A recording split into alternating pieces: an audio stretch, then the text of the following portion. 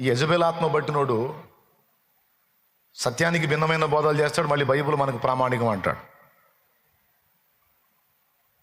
బైబిల్లో యేసు నేను దేవుడు అని ఎక్కడన్నా చెప్పుకున్నాడా అంటాడు. మరి అనేక చోట్ల ఉంది కదా అని చూపిస్తే అవన్నీ వేరంటాడు మళ్ళీ. అలాగే మీకు అక్కరగానే ఉన్నవేవో మీ పరలోకపు తండ్రికి ముందే తెలియదని రాయబడి ఉంది కదా, మళ్ళీ మనం ప్రార్థన చేయటం ఏంది? అన్నీ తెలిసినోడికి నువ్వు చెప్పటం ఏందా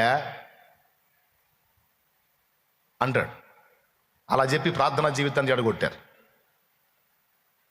అలాగా ఇక రకరకాల బోధలు, విగ్రహార్పితం తినొచ్చు, విగ్రహాలకు పెట్టింది తినొచ్చు, ఏమి కాదు అని యెజబెల్ బోధలో ప్రాముఖ్యంగా అదే కనపడిద్ది.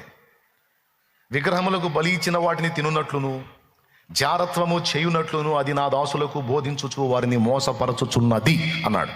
చూడు 2:20. అయినను నీ మీద తప్పు ఒకటి నేను మోపవలసి ఉన్నది, ఏమనగా తాను ప్రవక్తనని చెప్పుకొనుచున్న యెజబెలను స్త్రీని నీవు వండనిచ్చుచున్నావు.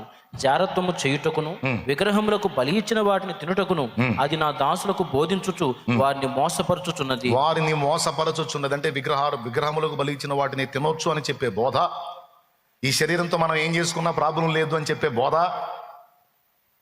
మోసకరమైన బోధ, మోసగించుచున్నది అన్నాడు. యెజబెల్ బోధ.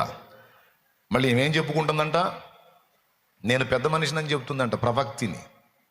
తాను ప్రవక్తినని చెప్పుకొనుచున్న యెజబెలను స్త్రీని నీవు ఉండనిచ్చుచున్నావు అన్నాడు. అంటే తప్పుడు బోధకు అవకాశాలు ఇస్తారు కొంతమంది కాపరులు.